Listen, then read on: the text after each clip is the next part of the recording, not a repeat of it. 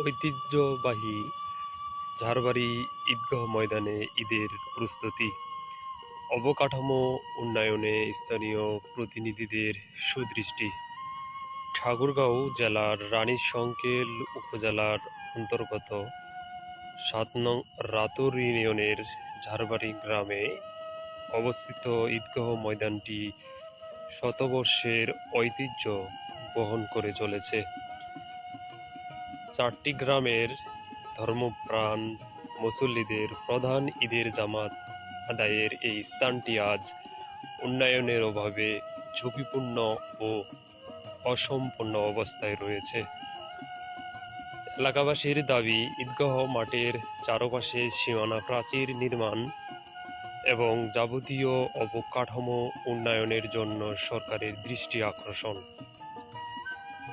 ঐতিহ্যের ধারক এই ঈদগাহে প্রতি বছর ঈদুল ফিতর ও ঈদুল আজহার দিনে প্রায় ১,০০০ মুসল্লি জামাতে অংশ নেন।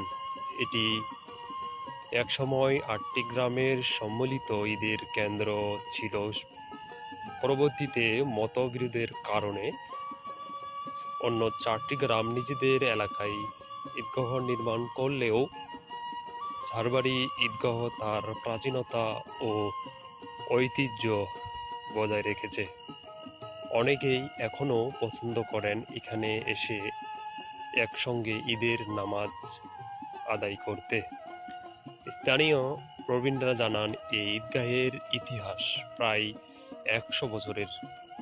পূর্বের ইমামগণের তালিকায় ছিলেন মরহুম মোহাম্মদ আব্দুর রাজ্জাক, যিনি ছিলেন একজন সৎ ব্যক্তি ও আদর্শ শিক্ষক, এবং মাওলানা মোহাম্মদ আব্দুল সালাম, যিনি ইসলামী শিক্ষা ও সমাজসেবায় অগ্রণী ভূমিকা পালন করেছেন। তাদের অবদান আজও শ্রদ্ধার সঙ্গে স্মরণ করেন এলাকাবাসীরা। ঈদগাহ প্রাঙ্গণের চারদিকে এখনো কোনো সীমানা প্রাচীর নেই। এতে করে নিরাপত্তা, সৌন্দর্য এবং পরিবেশগত ভারসাম্যতা সৃষ্টি হচ্ছে।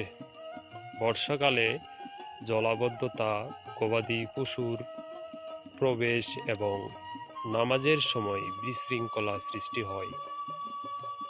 এলাকায় একাধিক গণ্যমান্য ব্যক্তি ও যুব সমাজ ঈদগাহ উন্নয়নের বিষয়ে একমত। তারা চাচ্ছেন দ্রুত প্রাচীর নির্মাণ, পর্যাপ্ত স্যানিটেশন ব্যবস্থা, নামাজের সময় ছায়া দেওয়ার জন্য অস্থায়ী ছাউনি এবং একটি সাউন্ড সিস্টেম স্থাপন করা হোক।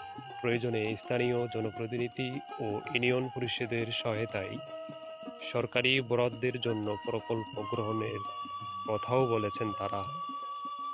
সবারই একটা প্রত্যাশা, ঐতিহ্যবাহী এই ঈদগাহ ময়দান যেন সময়ের সঙ্গে আরও সমৃদ্ধ হয় এবং ভবিষ্যৎ প্রজন্মের জন্য একটি গর্বের স্থান হয়ে ওঠে।